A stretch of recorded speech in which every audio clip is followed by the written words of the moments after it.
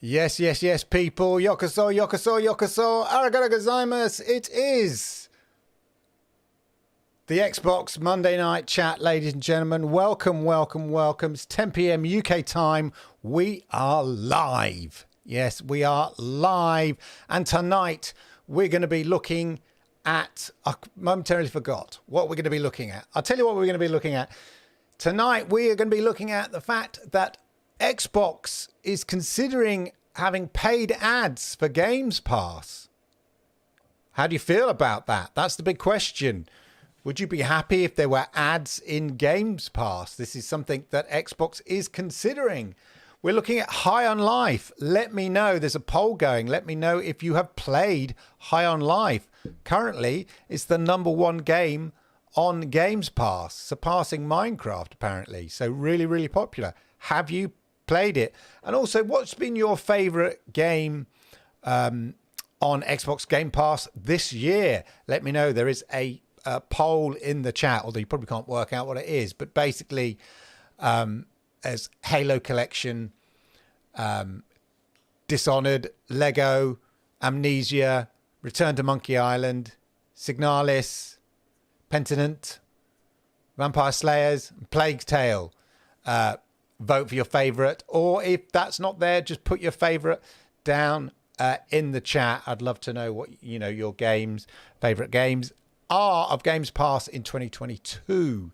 And of course, let me know what games you've been playing generally and all of that as we hit the credit titles. Ready for the show load, ladies and gentlemen. Here are the opening titles.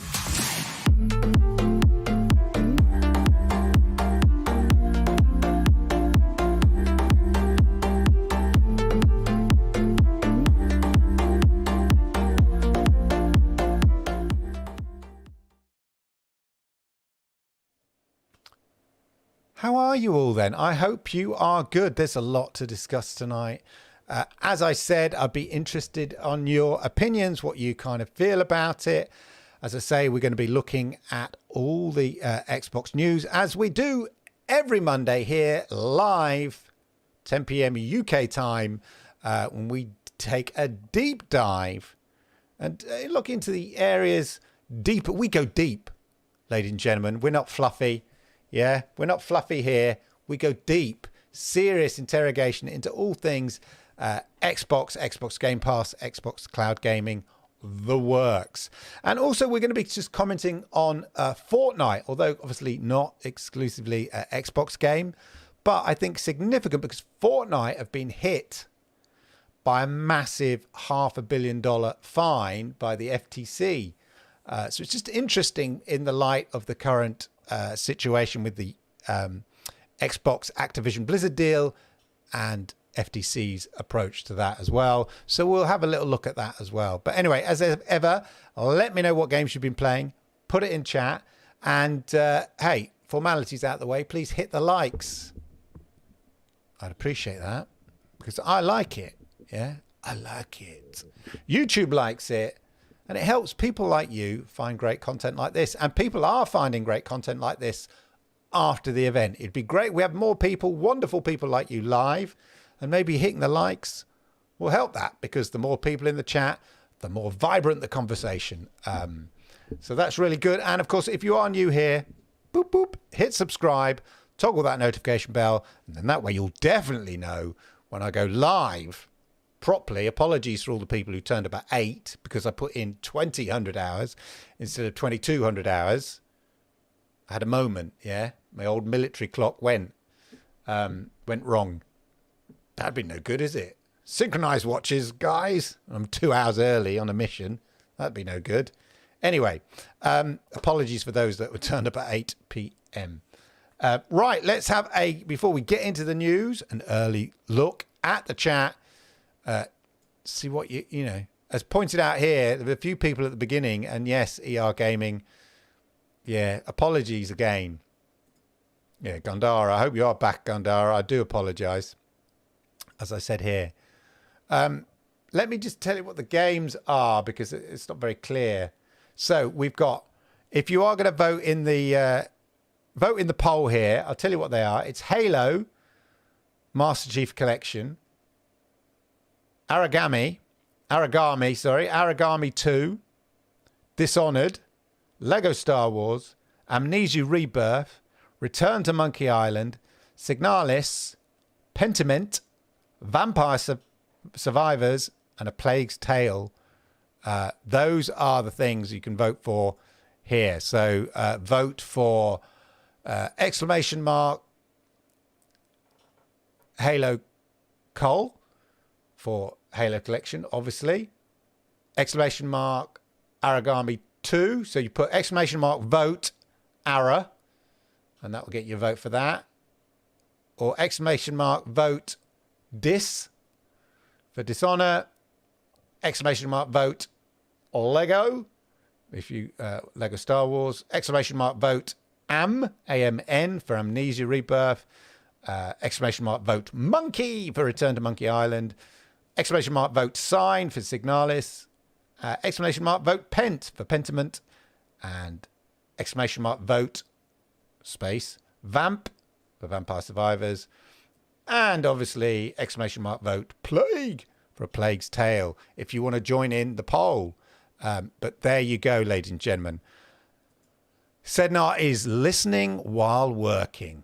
Always nice to know. I listen to, I watch YouTube and listen to YouTube when I'm working and stuff like that, especially podcasts. So I appreciate that. High on Life is definitely one highly overlooked game. Indeed it is. I played it because there's been a lot of talk about it, and we're going to come to it a bit later.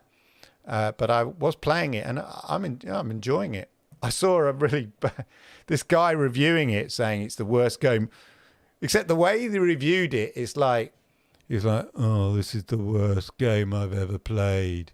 This is terrible. It's not funny at all. It's like Marvin the paranoid android from Hitchhiker's Guide to the Galaxy. I think, no, it's not a question of it's not funny. I think it's you lack a sense of humour, mate. I find the voice a bit annoying. You think, well, that's a bit rich coming from you. Anyway, very funny review in a kind of ironic way. FTC could do one, says Gandara. I'm not opposed to advert-supported tiers. However, I'm strongly opposed to them being inferior to paid tiers, effectively further raising the attainment floor for the poor higher than before. Sednar's voted for Plague. Yes. The advert tier should be equivalent to your entry pay tier, and the adverts are, after all, the cost to the consumer. Now, absolutely. So let's sort of talk about what I've been playing first before we get into all of that. So yes, still be playing Halo, still be playing a bit of Battlefield, but I jumped in earlier today to a bit of High on Life, and it's really funny. I find it really entertaining. I mean, I also played Gory, the cat game. There's a demo. I've just played the demo of it. That was a lot of fun, actually. That was really cool. But yeah, back to High on Life. Look, it's nothing.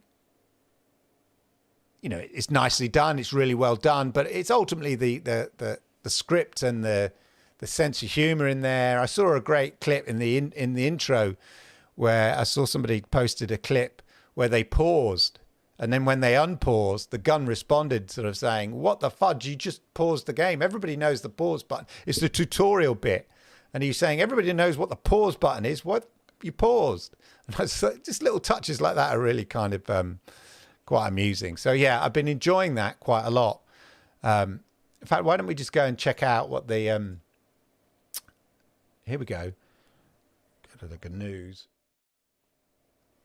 So as you can see here, oh, I've got the wrong one there. That's just that's what's happening right there. I've got the wrong thing in the news. Bear with me there. The wrong screen.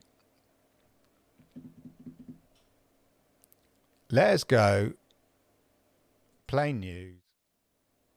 I need to studio mode. Go to main studio. Oh dear. What we need to do.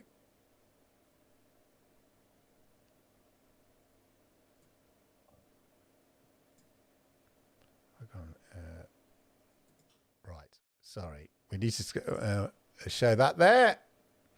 High on Life remind me of A Journey to Savage Planet. Yeah, it's got those vibes. I thought it was the same developer for one brief moment, but it's got those same sort of vibes, hasn't it? Meanwhile, let us get the right now. Come out of studio mode. Go to the GNUs. We should be all good now. Right, here we go. So, High on Life has passed Minecraft to become the #1 most popular game on Games Pass. Incredible result given the staying power Minecraft and Forza Horizon 5 have at the top of the chart. I'm pretty confident now High on Life is the biggest Game Pass day one launch of 2022. That's pretty impressive, isn't it? Like for a non-IP game, I mean, okay, it's by the,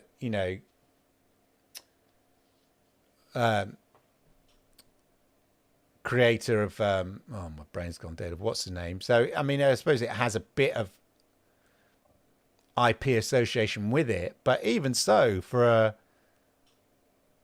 that's still an impressive achievement, High on Life. But it is funny. If you've not played it, it is funny. It plays really well, which helps. It helps that the game plays well. But then it helps that, you've got a good sort of story and script going on. But then you've also the performance, and it's the performance really that kind of delivers it. So, good job all round. But it's just very interesting. High on Life, the biggest Game Pass day one launch of 2022. So again, hit in the poll, the YouTube poll, not the Streamlabs poll, but the YouTube poll, if you've played it or not. I highly recommend just having a look at it. Gondora says, High on Life reminded me of Journey to Savage Planet. Yeah, absolutely. Hopefully we get a sequel, at least another game from the same team. Yeah. I mean, they've got potential there. I remember it being trailered at the Xbox Showcase back in June, I think it was. And it looked sort of interesting. But it's just the constant chatting of that gun character. It's just quite funny. I mean, I get it. Some people might find it annoying, but I find it quite funny, to be honest. So, there you go. Tickles my fancy. Also, so quick, before we... did anybody take advantage of the free play days this weekend? It's come to an end now, but there were free play days of Dragon Ball, The Breakers, WWE 2K22, and Assassin's Creed Valhalla. I completely... Although I mentioned it in last week's GNUs, I completely forgot about it. So did anybody... take advantage of this free play weekends? Dragon Ball, The Breakers, WWE, Assassin's Creed Valhalla, and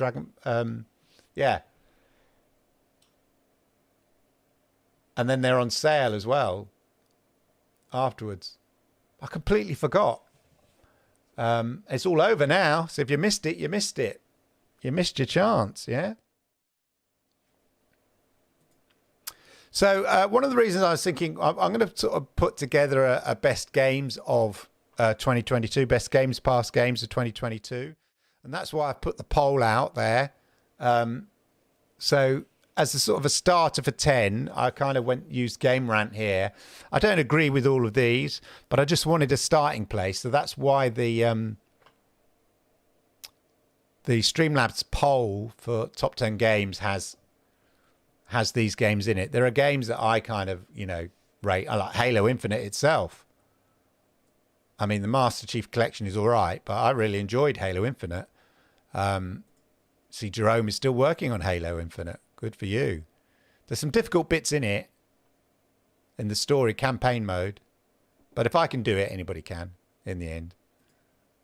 But here on Games Rant, so these were these game choices that I put in there just for sort of ease of use. It's not necessarily what I think of the top 10, but I just wanted a base to start with. So we've got Halo, Master Chief Collection, Aragami 2. I've not played it.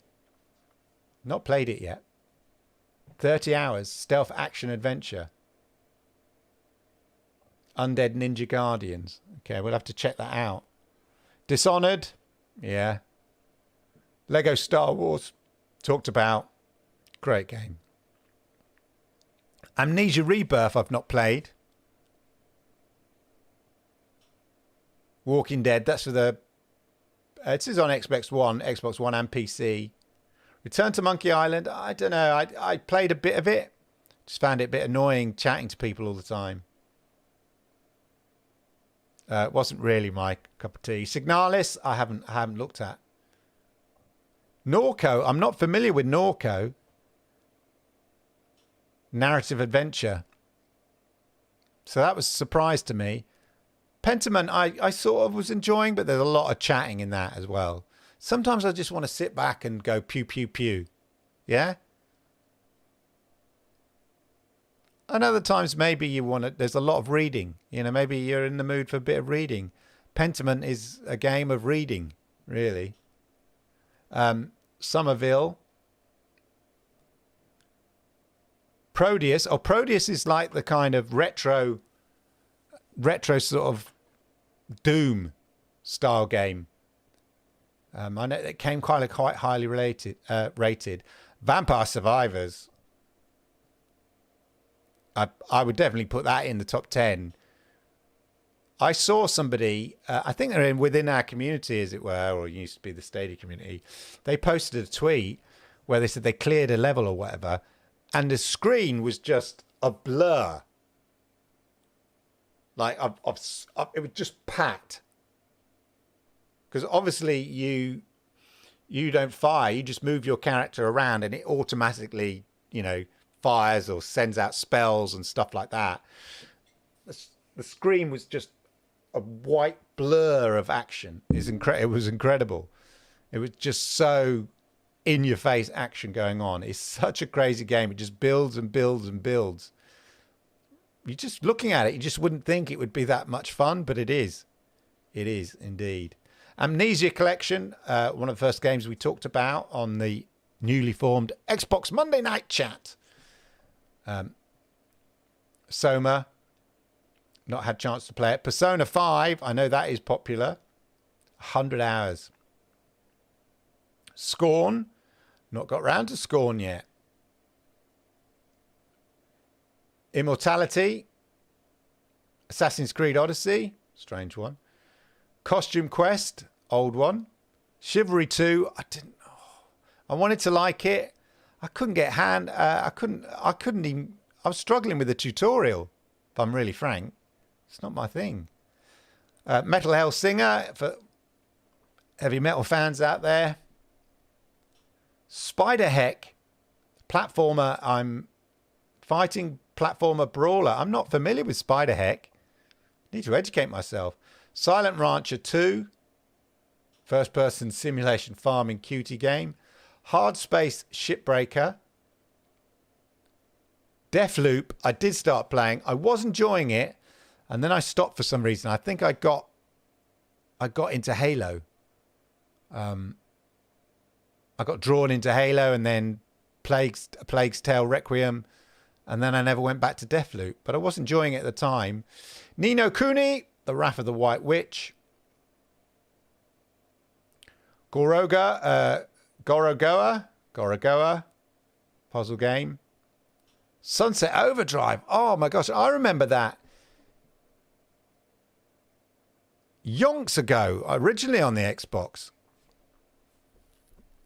Mirror's Edge, again. These used to be... I'm having these on Xbox Gold ages ago, both of them. And Mirror's Edge, I think I picked up cheap because I used to love that game. I remember when the first Mirror's Edge came out. It was mind-blowing, you know, that sort of parkour kind of stuff. Cameo, old school, from Rare, I seem to remember that was. Unravel. Oh my God. I loved Unravel. Love that game. I never got to play Unravel 2. But I really loved Unravel. It was so sweet. Oh, it's a tearjerker. The Gunk. I know a lot of people rage about that. Coffee Talk. Cluster Truck. There's a lot of games in here, aren't there? How many games are there? Watch Dogs 2. Whole loads. Best games. That's a hell of a lot of games. But anyway, there you go. I love it here. Chained Echoes, if you like JRPGs. Good shout, Gandara. Like a Dragon was fun. I need to get back to get into those. Metal Hellsinger is fun. Turn it up loud and strum your triggers hard. Mosh pit. Get in the mosh pit. I'm liking it. I'm liking it. Anyway, let me know what games, stood out for you in 2022, specifically on Xbox and Xbox Games Pass. Always curious to know, ladies and gentlemen. Always curious to know. Back in the studio. As we come into Christmas, ladies and gentlemen, it's time to, think of loved ones and all of that. Interesting survey here. New global Xbox survey finds families plan to connect through gaming this holiday. Gaming was a great way to connect with people during COVID. 56% agree the passing of video game enjoyment from older to younger generations is a great tradition.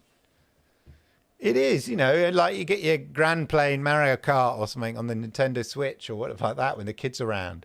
But with online play, it's a great way to kind of, catch up with people. Video games inspire intergenerational family play during the holiday season. Of the survey, respondents who say they plan to play video games with family members during the holidays. This graph shows who they play with: their kids, their partner, their parents, their cousins, other extended family, aunts and uncles, their grandparents, 5%, and their in-laws, 10%. Definitely the kids. I don't have a spouse. But yeah, are you planning to, are you going to plan, play with any more people than you would normally play? Do you play sort of, playing Christmas games used to sort of be a tradition, but nowadays you can have things like party box games or, couch co-op games. I mean, that's the old Nintendo Switch and Nintendo Wii used to be brilliant for that sort of thing. But do you play with, online with kind of extended family and intergenerationally with your family and stuff like that? Be curious to know. Put it in the chat. That's what this show's about. It's about chatting. Right, ladies and gentlemen. What did Major Nelson have to say? Yes, that's it. Have you got a Samsung TV from 2021? You're in luck. Xbox Cloud Gaming has rolled out to 2021 Samsung Smart TVs. I know some people have asked in the chat about this. Just in time for the holidays. Another little surprise while jumping into your next game. You may feel something different as the team has enabled Controller Rumble on their app through the Samsung Gaming Hub. So if you've got a 2021 Samsung Smart TV, you can now play Xbox Plus, as Samsung put here, Buzz Buzz. So just in time for Christmas. So if you are going to play with a family, a co-op game, what better than playing on your 2021 Samsung Smart TV? My wife played It Takes Two and Ravel 2, both fantastic. Yeah, it's a great game. I'm the only gamer in my family. Oh, Jerome, you need to introduce people. Something easy to get into, something fun. Even if it's Jackbox party games, It's a start, isn't it? It's like drugs, Starting on something soft before you introduce the hardcore stuff, yeah?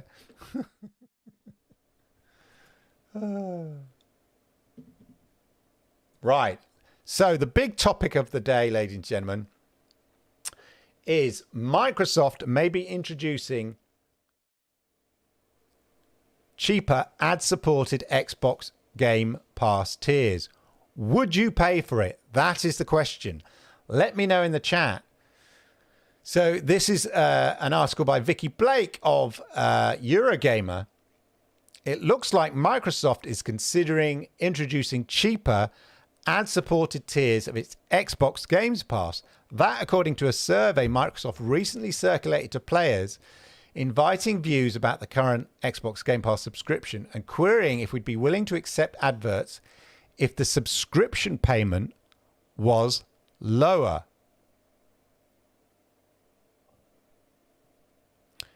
Unsourced screenshot written in Spanish and shared on Resetera alleges that Microsoft is surveying players exploring a tier-like system similar to that of Ubisoft Plus and Sony Plus by inviting them to consider hypothetical subscriptions. The hypothetical family plan looks to be offering for the full benefits of the current Xbox Game Pass service for 5 users. You can already use it across 2 users if you've not seen my video, which is close to 200,000 views on that. Hopefully by Christmas it would have surpassed 200,000 views. How you can do that?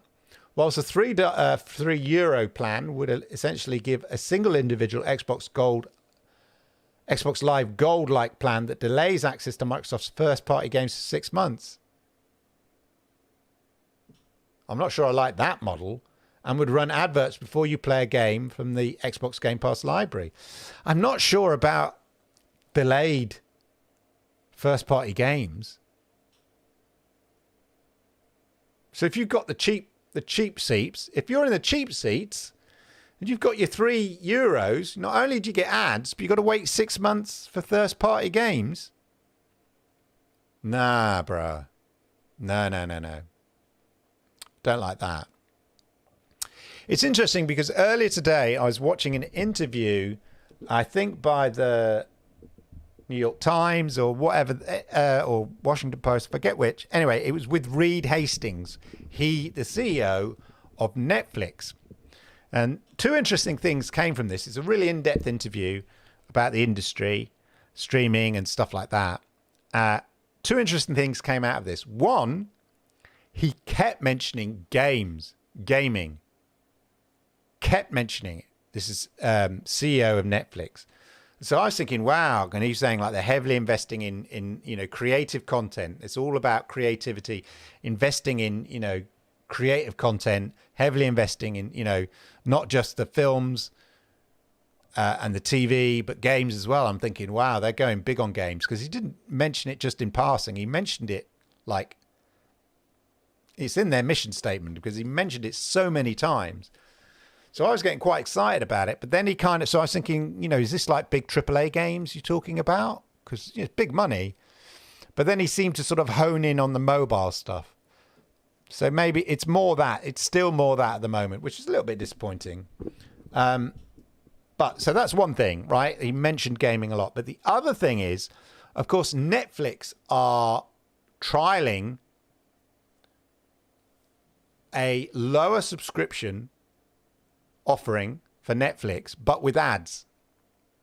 And he interestingly said, well, he never actually said, the interviewer said, but you said 2 years ago, Reed, that you'd never, ever allow ads on Netflix. And he said, well, I don't think I ever said it, but I was totally against the idea. It took a lot of convincing, but the world is changing, and Hulu have ads, as I understand it. And his chief financial officer sort of said to him, look, it is a model. People want options. Consumers want options. And if you can offer them a cheaper option, say in return for ads, so you watch some ads and then you get Netflix, you get the same Netflix, but slightly cheaper, but you have to watch ads. It just gives options. And it opens up Netflix to, an even wider audience. You just have to take that choice. Do you want ads? Personally, that's not to, if you don't want ads, you pay the premium. You pay the main price. So I think it may be, so it seems to be in streaming services, especially within TV, it seems to be a concept that's potentially in vogue. Because as the market as there are so many options in the market, you've got to reduce the price, but you can't reduce the price and keep the quality of the content up. So you need to find other revenue models. And so from a position of 2 or 3 years ago, where Reed Hastings, the CEO of Netflix, is saying, no way, we'd never have that. That's the point. You pay a subscription, you get really high quality content, and you don't get any ads. To now going, oh, maybe ads is an option if it gives options to consumers to be able to access Netflix at a lower price. So it's in vogue, I think, as a business model. It is in vogue, and it seems to work for Hulu apparently. So could this be Xbox looking at that, thinking, yeah, can we offer Xbox Games Pass in a slightly different model at a cheaper price, but in return for people getting adverts? Now, how that would work, I don't know. And I do not like the concept of, because you're paying the cheaper version and getting ads, you get 6 months delay before you... Oh, no, it's first party get...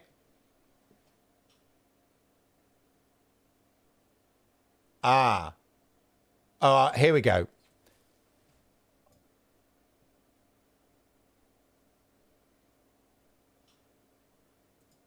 Essentially giving a single Xbox Live Gold-like plan that delays access to Microsoft's first-party games for 6 months after release.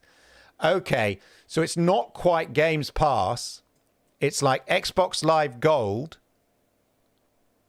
So you get the free games that come with Xbox Live Gold for your $3 plan.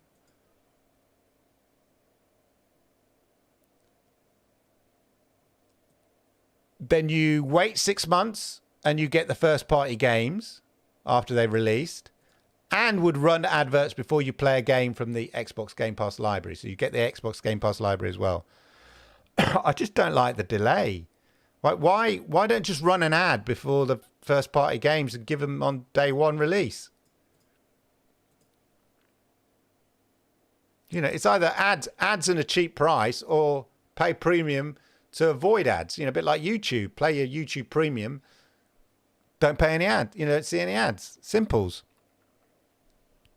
But anyway, let me know whether you think, you know, we live in a time where there are so many options that you might, you know, especially in TV streaming and film, you might have Hulu, Amazon, HBO, Sky, Netflix. You're paying all these things. You know, it's very competitive out there. Maybe as a business model, this makes sense if you are to, you know, reach a wider audience. But there you go. Let me know in the chat. But I can understand why Xbox might be considering this, because if you've got Netflix, who kind of led the way when it comes to streaming, you know, they changed the landscape of TV and film, and they got a head start on anybody else.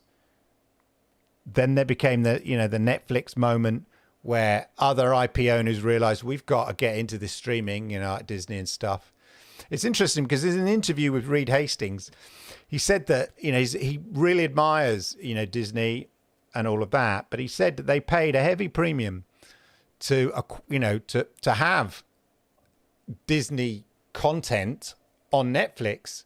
And then as soon as obviously Disney decided they were going to get into streaming, you know, they ended those contracts. When those contracts came to an end, the license period came to an end, actually they took them all back, you know, and they paid a lot for the privilege of having them. But that was, you know, the power of streaming and you know, Disney seeing the value in their IP. But yeah, if Netflix are considering ads, and this is with the CEO who absolutely swore against the concept 2 years ago, it's obviously an in vogue thing with chief financial officers looking for new business models. And so I could understand, since Xbox arguably are leading the way in gaming subscription, it makes sense that they are considering, you know, this is a business model. Anyway, let me know, as I said, let me know in the chat what you think about that. Would you consider it? Right, let's have a quick look before we let's look at what's happening with Fortnite, ladies and gentlemen. This is an official release from the FTC, Federal Trade Commission, ladies and gentlemen. Fortnite video game maker Epic Games to pay more than $500 million.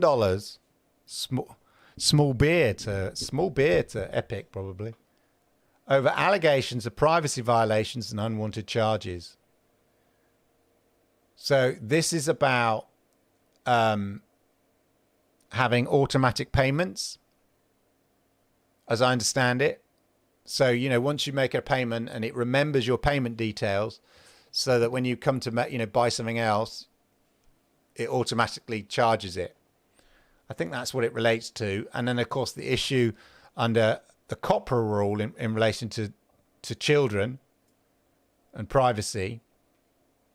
Our complaint notes Epic used privacy invasive default settings and deceptive interfaces that tricked Fortnite users, including teenagers and children.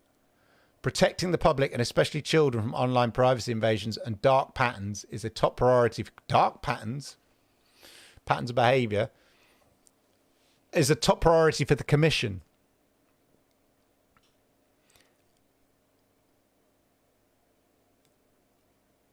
So not only paying this fine, but in a first of its kind provision, Epic will be required to adopt strong privacy default settings for children and teens, ensuring that voice and text communications are turned off by default. So it was really about the privacy issue with children and the settings and this automatic payment system. So the violation here, by failing to notify parents and obtaining consent, and the default settings for that harm children and teens. Now, Epic responded.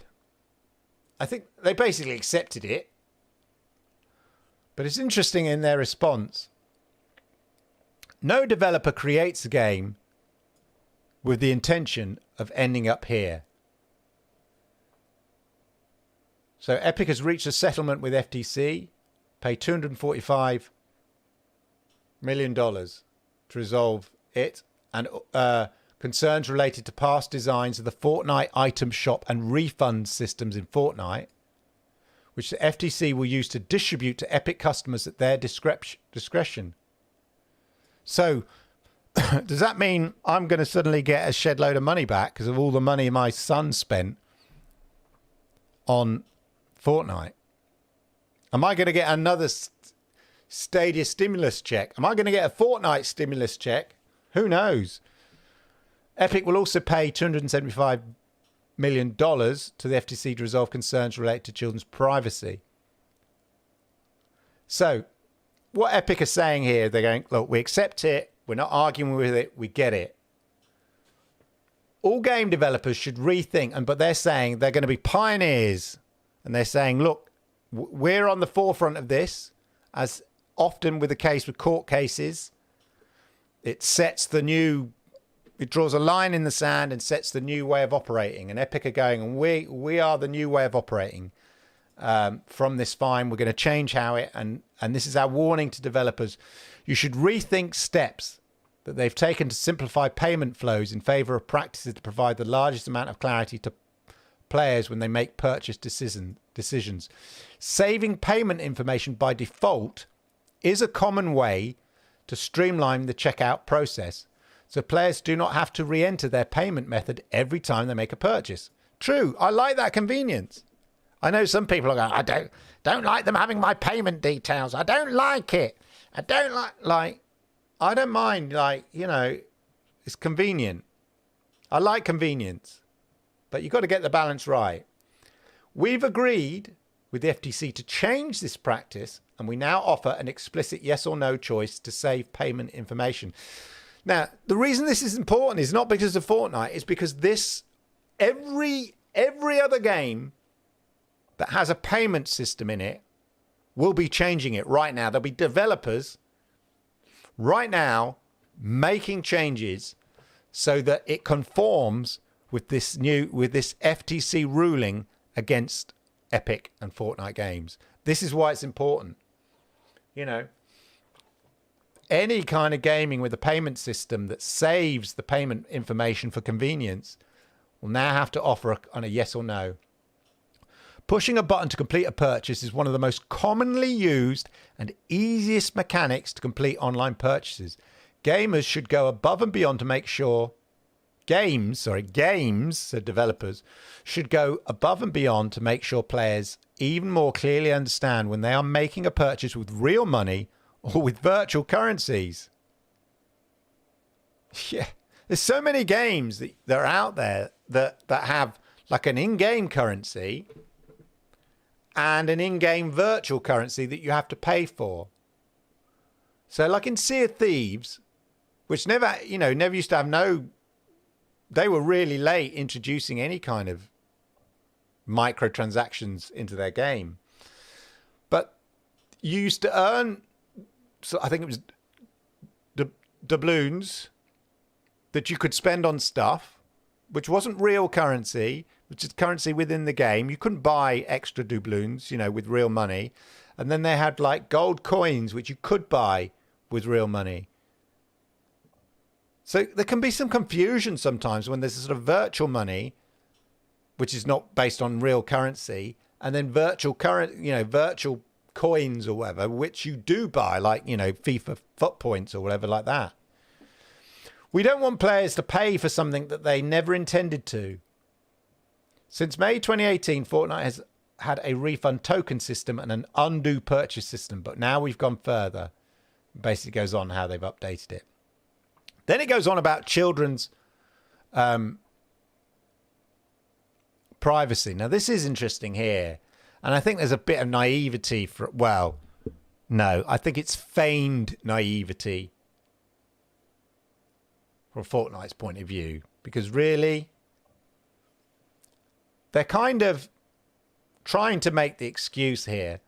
Fortnite is rated teen and is directed at an older teen and college-aged audience. Oh, well, then definitely you're not going to have any 5, 6, 7, 8, 9, 10, 11, 12-year-olds playing. Of course not. Of course not. Like, come on. My son, when he was primary school, 7, 8, 9, he'd been playing Fortnite since he's about 7 or 8. That's me letting him. I don't have a problem with it. And he got frustrated when he was like 10, 11 that he wasn't old enough to partake in the European Championships. He eventually did. No, I think he did, but he just couldn't earn any money in it because he was too young. But he got into the European Championships of Fortnite, and before he was even a teenager. He's only now a teenager. Does he stop playing? And the irony is he doesn't play Fortnite. Well, occasionally he does, but not as much. He used to play it all the time. But now he's a teenager, like 13. He's grown out of it. He's playing CSGO and, other games. So really, I think it's feigned naivety on Epic's part here. They really don't think, come on. We were all kids. We always want to play the thing that's slightly older. Yeah, it's like watching TV. We want to watch the thing that's slightly older than us. The people who make these things know that. It's not necessarily aimed at teens and college-aged audience. Really? I mean, why do you have then cutesy, cartoony characters in it? Yeah? Surely teenagers want to play GTA. I mean, kids want to play GTA. So, yeah. We've recently rolled out Cabined Account, a new type of Epic account that provides a tailored experience that's safe for inclusive young players. Players under 13, or their country's age of digital consent, which varies, whichever is higher, will be able to play Fortnite while they wait for parental consent, but in a tailored environment where certain features such as chat and purchasing are disabled. And it goes on about all the things that they've done and they'll continue to enhance and adding parental controls. But yeah,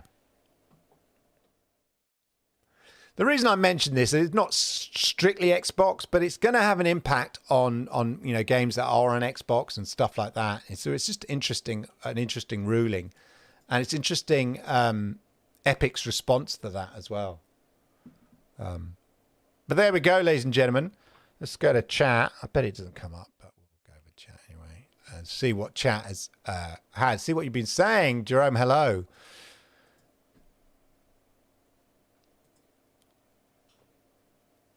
My hat is off to Microsoft for ease of signing up to Game Pass Ultimate. Yeah, it's super easy. Plus, always great offers. Always great offers. You know, like £1 for 3 months or whatever. Family plans and other children's package should not have adverts for junk foods in them. Yeah, well, you know, in the UK, I think, yeah, they banned junk food advertisements before, well, certainly during kids' TV time.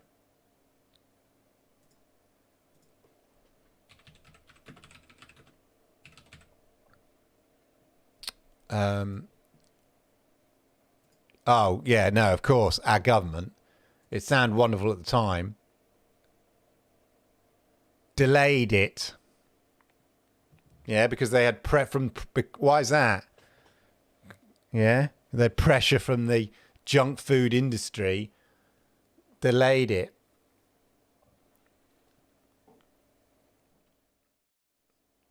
Lobbying, even in the UK, there's sort of lobbying, not as on the scale of the US, but even so.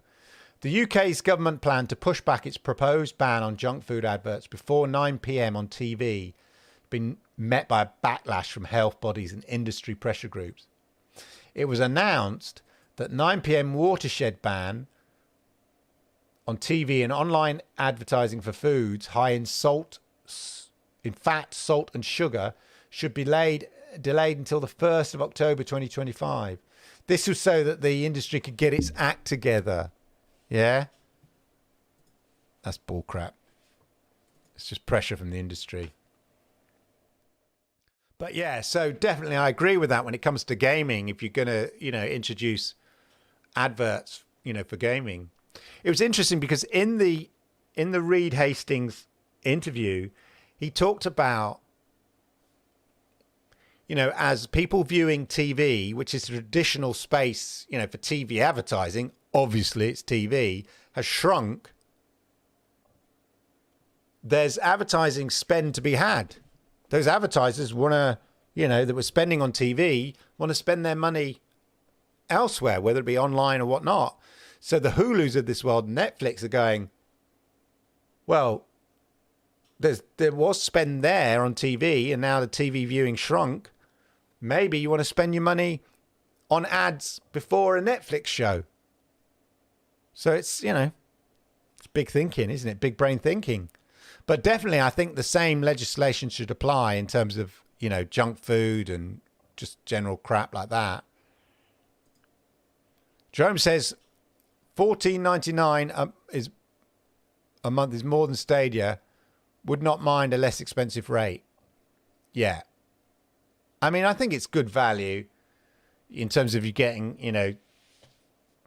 Xbox Gold Live, PC, and the, and all the Xbox games. But yeah, a cheaper option would be good. The main problem with this new tier is it doesn't include game streaming. Ah, I see. Yes, what the new suggested tier. Yeah. But it's early days, so we don't know. It really bugs me. Pay less money, waste more time, absorb product promotions, get weaker content. Free with ads or paid ad-free. Anything else fails. Exactly. You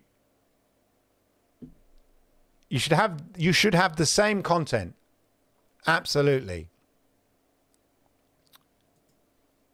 Just going to move that.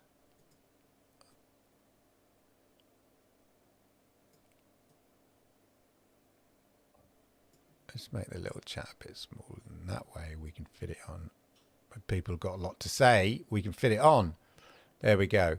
Exactly. You should have the, basically it's like, okay, it's the quid pro quo, isn't it? It's like, okay, I don't want to pay £10 a month or whatever, but I'm happy to pay £5 a month.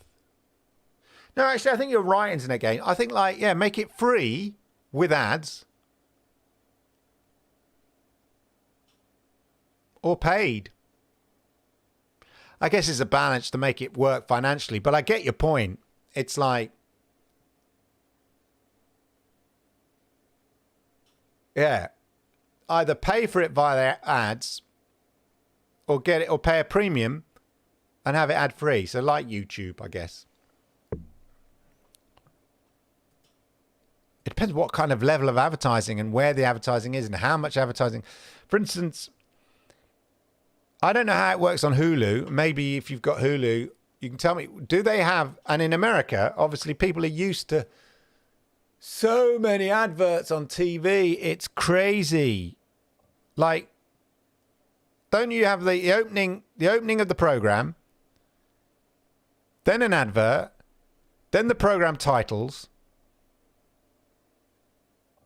then advert, then the program, then an advert in the middle. It's crazy. I mean, in this country, on IT, you have an advert before the program starts, advert in the middle. This is on a 30-minute program, and then an ad break after the next. Yeah, so an ad break every 15 minutes, effectively. That's what you have on commercial TV. But I would, if I was watching Netflix, I wouldn't want it in the middle of my programs. I know, like, people are used to adverts, but, I don't want it in the middle of a film. I just hate watching films on commercial TV. Like the big Christmas. That's why, nobody likes watching ITV on a Christmas day. It gets massacred in the ratings by the BBC, apart from Coronation Street. But if I'm watching a big film, I don't want to advert. It spoils the moment, It's like completely you're absorbed in this moment, in this story arc, or whatever, in this world. You're in this universe, or whatever it is, and then it's like, have some cornflakes and a cup of coffee. Like, yeah, no, you've shattered the illusion that I'd created here watching this thing. You take me out my vibe. So yeah, it'd be interesting to see, where do they stick the adverts? Do you have to sit through? Like, I've got like a Duolingo app. Yeah, I'm learning Japanese. Kudasai, arigato gozaimasu. Yeah.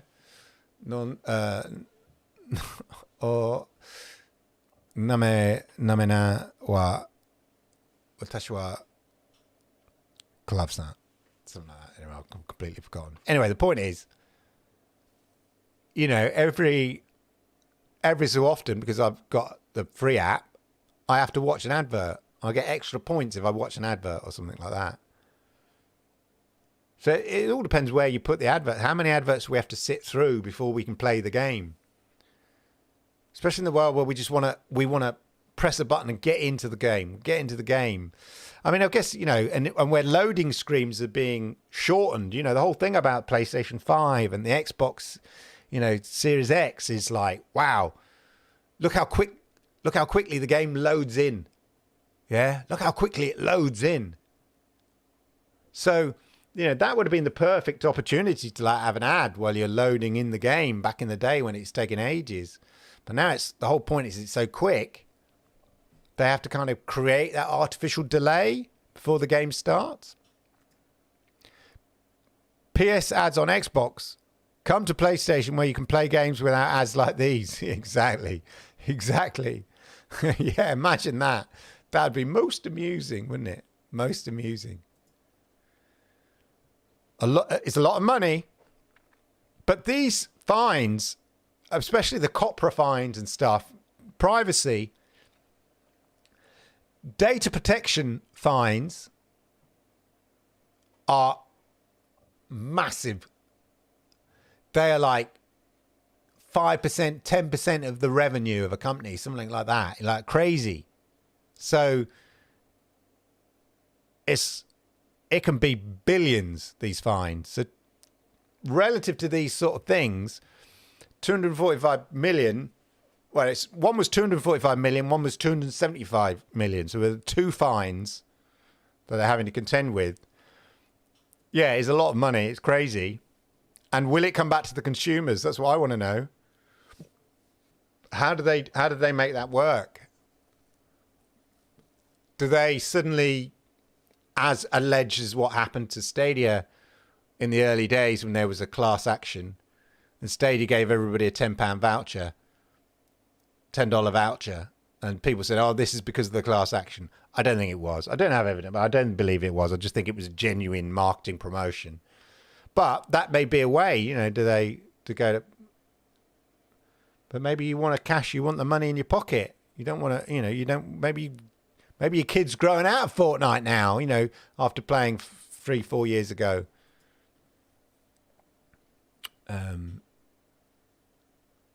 Let me just stop the poll quickly.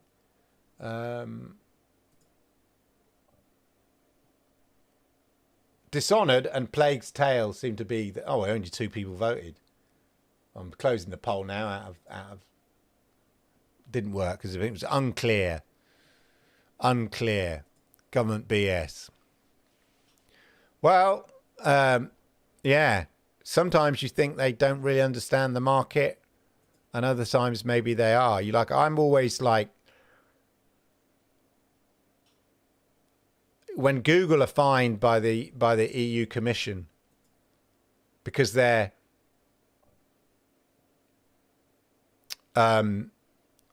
search engine is so massive, part of me thinks, well, that's because it's good. Yeah, they need to give other people an option. They're crowding out the market. But I just think, yeah, but there isn't a better option. Google can't help it if they invented the best search engine ever invented that everybody wants to use. You can argue, yeah, but it becomes pre-installed and anybody wants to use Android. They literally gave Android away. Partly for that reason. Which is very, you know what I mean? So part of me is thinking, Apple get congratulated by having a closed garden, forcing you to pay to live in their environment. This is when Android and Apple first came out. And that's, for me, straight away, it's like, no, Apple, I am not interested in your closed garden approach. I don't want to be forced to, I'm not interested in iTunes. I want to listen to my music elsewhere. Not interested. Yeah? And then I heard, Google are giving Android away to phone manufacturers to provide them with an alternative operating system to Apple and its forced closed garden. And from that point on, I thought, Apple, I'm not interested. I know you fancy it. I know it's cool. I know all the kids have got it. Not interested. Google got the right attitude. And then from that, they're so successful. EU going, you're too big for your boots now. We want to, chop you down. We want to kind of just, clip your wings a bit. But part of me thinks if you create a product that's so popular and so good, should you be punished for it?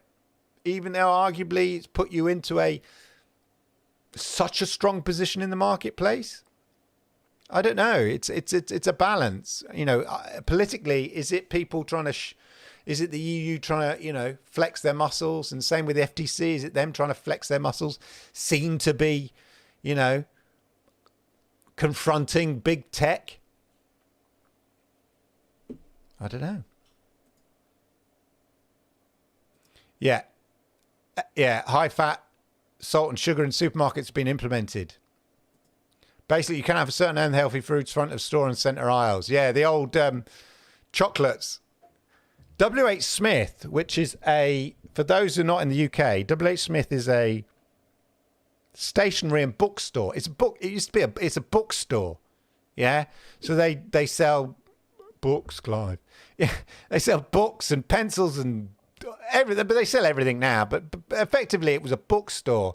But it became so famous for at the counter, you could buy massive bars of chocolate because they know as people are in their queues waiting to pay for their books or their stationery, little Johnny's pulling on mummy or daddy's arm, going, "Can I have a sweet? Look, I want the sweetie. Can I have the chocolate bar?" And they were going, special offer. And they used to pay for your books, and then they'd go, "We're doing a special offer on dairy milk. Yeah, it's £1 for a giant bar. Would you like it?" And it became infamous that they were like pushing sweets at the counters and stuff like that. I'm at a point of sale. Point of sale. Yeah. It has improved, but there are many workarounds. I hate commercials. Yeah. BP now offer money off petrol if you buy sweets. Madness. Yeah, it's well intended, but I think it will help. More commercials and TV programs, especially in the US. Commercials are only good for a bathroom break. Yeah, exactly. Especially as you get older. Yes, as you get older. Yeah. Like, the idea of, as I get older, I'm turning an old man. It's like, the prospect of going to see, I'm not interested really going to see Avatar, Way of the Water or whatever, but 3 hours, I like a coffee.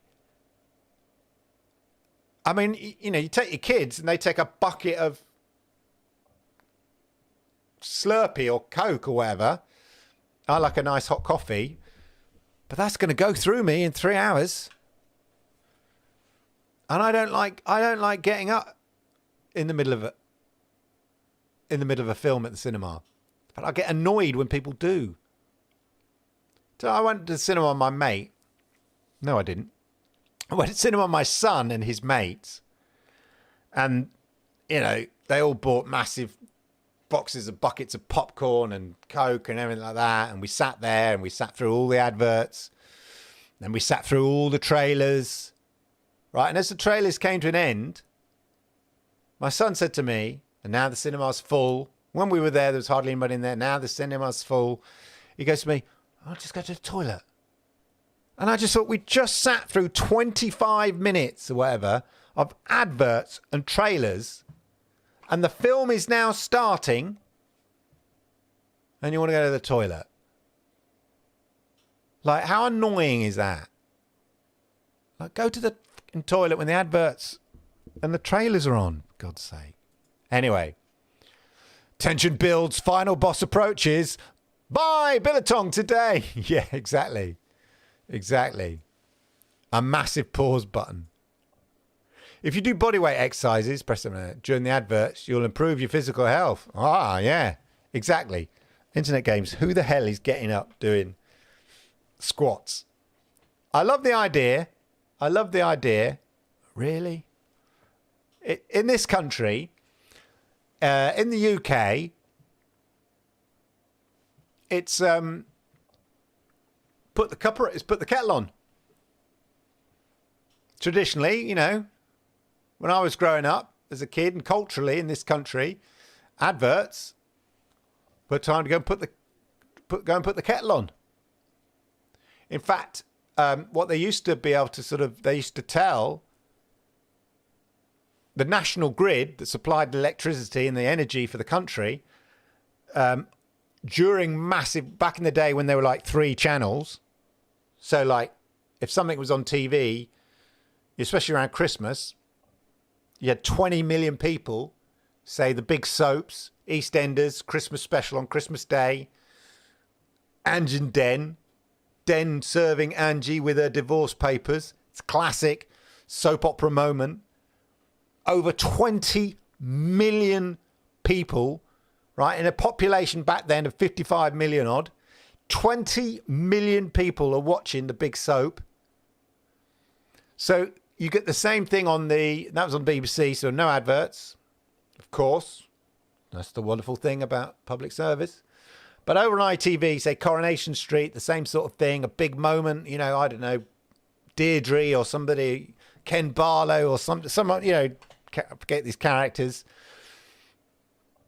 Then the adverts came. The national grid had a massive spike.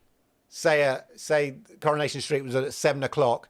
At 7:15, there would be a massive spike in the electricity demand across the whole country, because everybody's got up at 7:15 as soon as the adverts came on for a massive program that 20 million people are watching. Put the kettle on.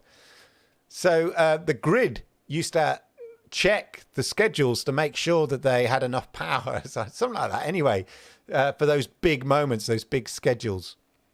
Crazy if you think about it. BBC is an annual subscription, Clive. Exactly. It is. It is. It's a license fee, but that's a very old-fashioned term, and people don't like it, but are quite happy to pay a subscription to Netflix or, a subscription to Sky. So personally, I mean, full transparency, I work with the BBC, but personally, they just need to repackage what it is. The value is there, but and they will do next license fee settlement. But it's part of our task is to come up with a new system. But it may well be a license fee under a different name. May not is probably is the best of the systems for doing it. In like Switzerland, I think they have a tax. So different models around the different world for the public service broadcasters.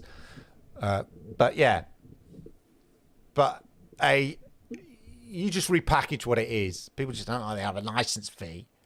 I could talk about the benefits of that. It's interesting because the BBC they got a polling company to come in and do this survey with different categories of families, people who love the BBC, people who watch BBC 50% of the time, people who claim they hardly watch any BBC, whatever.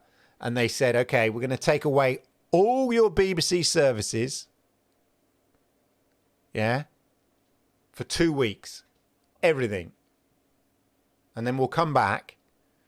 And then we'll see whether you think it's value. So some people said, "Oh no, I think it's people who love the BBC. I think it's wonderful." It was an old not the 9 o'clock news. Used to be a satirical comedy program in the 80s, whatever. And I remember they did this parody where somebody writes a letter, "Dear BBC," because people are always complaining about the BBC. But I think the BBC is wonderful, and I'd gladly sell my wife, my house, and everybody to pay for the BBC license fee. It's quite a kind of amusing thing, but anyway. They surveyed the people who thought, love a license fee, real good value for money, right down to people going, no, I don't understand why we pay it, don't even use the BBC. And of course, what they found out is people do use the BBC. They just don't realise they use the BBC because the BBC is more than just TV. It's the radio. It's online. Oh, what's the current score in the Nottingham Forest versus Rotherham United football match? I just checked BBC. Oh, just listen to the cricket on the BBC. Oh, what's happening on the news? Oh, Queen's funeral. Let me just check. Oh, on the BBC News website. And when you take that away, people are like, oh my God, I didn't realise I was using it. I didn't think I was using it at all. But so it's just about convincing people of the value. That's the same with anything in life, isn't it? It's like convince people of the value and they'll pay it. People just have to realise what that value is. And it's the same with Xbox and Games Pass. If they can convince them of the value, okay, do you balance off adverts with a fee or adverts and no fee? I just don't think how adverts can really work before games. Every time you play a game, is there enough ad revenue to make that business model work? How much are you going to pay?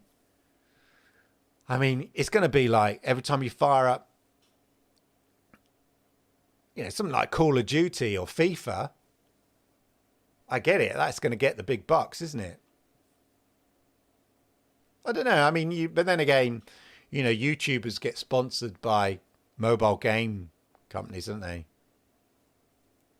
Raid Legends or whatever it's called. Every YouTuber seems to be sponsored by them or some kind of random mobile games. Maybe that's, there's obviously a market for that sort of thing. Anyway, it's interesting, ladies and gentlemen. It's very, very interesting. Well, there we go, right? That's, as ever, a deep conversation about all things Xbox, Fortnite, BBC. I love BBC. I prefer keeping the intake toys out the harvest there, though, if I'm honest.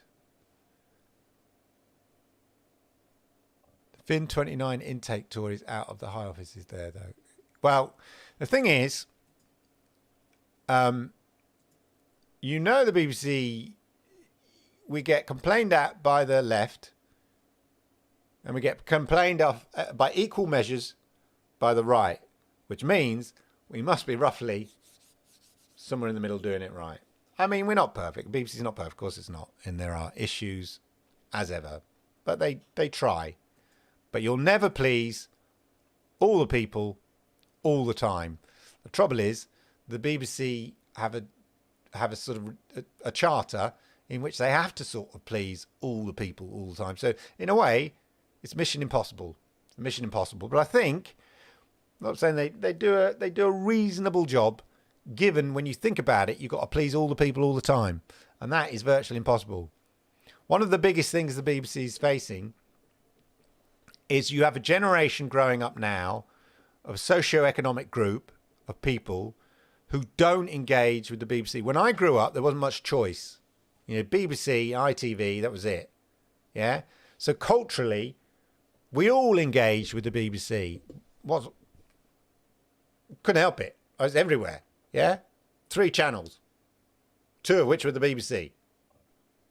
And, you know, you either listen to radio, you either listen to BBC radio or commercial radio. That was it. That was it. Choices. Limited. But it informed the culture. So, you know, Rock and I, when we do a show together, we have so many references because we grew up in the same era. We watched the same things. We had the same conversations as kids with our mates at school together because we'd all watch the same things. And there's something quite nice about that, I think, culturally. But nowadays we have a generation of kids who've grown up and they don't engage with the BBC. And it's like, well, they will become the future license fee payers. And if they don't pay, then we don't get enough revenue. Then we can't make the programs that everybody wants. So we've got to make more programs to satisfy this socio-economic group of young, you know, people 16 to, 26 or whatever it is. But at the same time, you've got to satisfy your loyal fans. But they watch completely different things. So it's difficult to please all the people all the time, you know, and we don't get everything right.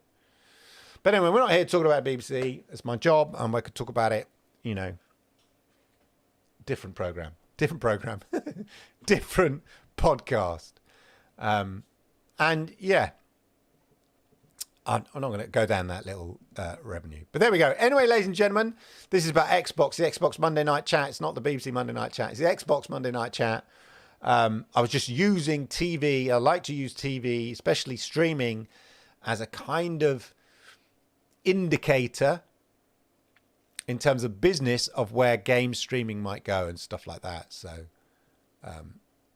we'll end the poll there. Only by all accounts, only a third of you have played, a third of you took part in the poll have played High on Life. If you've not played it out yet, definitely check it out. There we go, ladies and gentlemen. As I said, thank you so much for being here live tonight, listening to my ranting and raving and all things Xbox. I appreciate it. I appreciate you for turning up on a regular basis. I appreciate all the people who are watching on catch up. That's okay. Love you all. Make sure you hit the likes. If you are new here, I'd love it if you'd subscribe. It always is wonderful when that happens. Have a wonderful, wonderful week. Hopefully I shall be back for GeForce Now Thursday. It depends because we're getting near Christmas. There will not be an Xbox Monday Night Chat next Monday. Too close to Christmas. It's Boxing Day. I should be sleeping or, I don't know, sleeping off my turkey and all that kind of stuff. Xbox is better when it's like the BBC, about games and hardware. Exactly. No ads. Yeah. And on that note, ladies and gentlemen, time to roll the outro. Have a wonderful, wonderful gaming week. And if we don't interact before and it means anything to you, have a wonderful, wonderful Christmas. Happy holidays, everybody. Sayonara.